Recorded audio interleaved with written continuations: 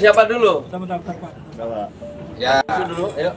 Jadi hari ini kita ada pertemuan yang luar biasa berkat waktu yang diberikan oleh Kemensos, dan sungguh luar biasa hari ini Pak Gus Menteri berkenan untuk hadir untuk membantu mencarikan jalan keluar untuk permasalahan yang sebenarnya sepele.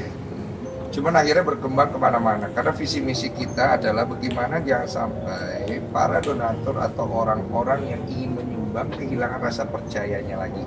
Karena itu berkenaan dengan visi misi daripada Kemensos juga. Kami di sini sama-sama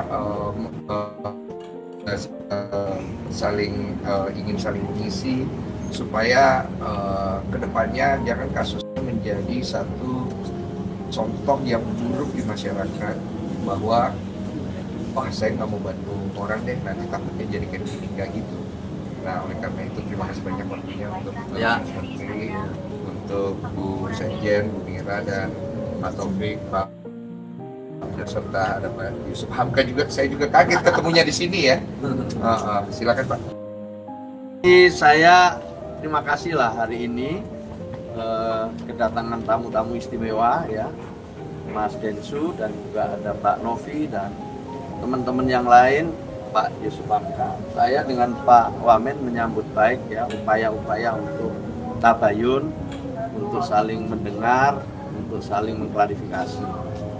Nah, dari apa yang kita ikuti beberapa hari terakhir kaitannya dengan pengumpulan uang dan barang. Itu istilahnya begitu kalau dalam undang-undang. Dan ini menyangkut wilayah kerja Kementerian Sosial. Di mana terus terang saya lihat ini semuanya berawal dari niat baik. Semuanya ini berawal dari niat baik untuk membantu saudara yang lain yang membutuhkan bantuan kita. Tetapi karena satu dan lain hal kemudian menimbulkan kesalahpahaman. Nah untuk itu saya ingin kembali kepada niat semula ini. Kita ingin kembali kepada niat semula untuk bisa saling membantu agar tidak menimbulkan kesalahpahaman di tengah-tengah masyarakat. Saya apresiasi Mas Densu ya yang luar biasa menurut saya, kepedulian terhadap sesama.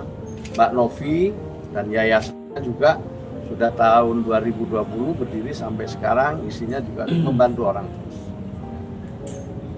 Tapi karena ini ada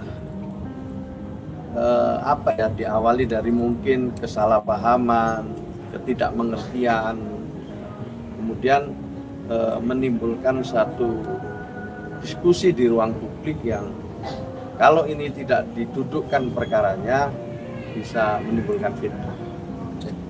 Nah, maka pertama-tama saya dengan Pak Wamen mengajak semua teman-teman termasuk Mas Agus ya, Mas Agus Salim ya, dan juga para pengacara, mari kita duduk bersama, mari kita bicara, kita cari solusi ya, itu yang terbaik adalah mencarikan solusi. Kemudian yang kedua, saya juga ingin mengajak semua kalangan untuk memahami semua ketentuan-ketentuan yang ada. Saya menyadari bahwa belum semua ya, karena mungkin sosialisasi kami kurang, sehingga banyak juga di antara teman-teman yang terlibat di dalam pengumpulan donasi itu tidak melalui proses yang semestinya. Di antaranya itu adalah proses untuk meminta izin sesuai dengan perintah undang-undang lewat Kementerian Sosial. Itu kami sadari banyak yang belum tahu. Jadi kalau sekarang masih ada yang melakukan kegiatan-kegiatan itu belum mendapatkan izin, itu hal yang sangat kami maklumi. Nah, ke depan kita ingin ya, Mas Densu, Mbak Novi, bantu kami untuk ikut mensosialisasikan bahwa ini harus ada proses yang harus dilewati. Dan itu tidak sulit, itu mudah, dan bahkan kita bisa saling membantu, kita bisa saling menguatkan. Bahkan mungkin Kementerian Sosial juga memiliki data-data yang lebih akurat tentang sesungguhnya siapa yang mereka patut untuk kita beri bantuan. Saya ingin sampaikan bahwa banyak sekali lembaga-lembaga yang mengumpulkan uang dan barang itu bekerja sama dengan kami. Tapi juga lebih banyak yang belum bekerja sama dengan kami. Saya apresiasi Mas Densu, Mbak Novi atas kejujurannya. Datang dengan kejujuran, datang dengan ketulusan, datang dengan hal-hal yang menurut saya mulia karena akan membantu orang lain. Nah, kalau sekarang ada masalah yang tadi saya sampaikan menimbulkan diskusi yang mungkin jadi membuat kesalahpahaman yang makin melebar, saya ingin mengajak semua untuk duduk, ya, kita carikan solusi, dan modalnya sudah ada. Modal yang disampaikan oleh Mas Densu, Mbak Novi, dan lain-lain itu adalah modal besar untuk kita semua ke depan bisa lebih baik. Jadi kalau saya ditanya, semua bisa berkontribusi membangun kebaikan-kebaikan ke depan. Saya kira ini tambahan saya, ya. Pak Menteri, mungkin ada yang tanya. Mungkin Pak Menteri nanti akan duduk bareng Agus sekalian. Ingin sekali. Yang lain gitu. Ya, kami akan ya kalau misalnya ketemu di sini boleh, saya datang ke rumahnya juga boleh. Maunya seperti apa, tapi kami ingin ketemu, kami ingin duduk, kami ingin bicara dari hati ke hati.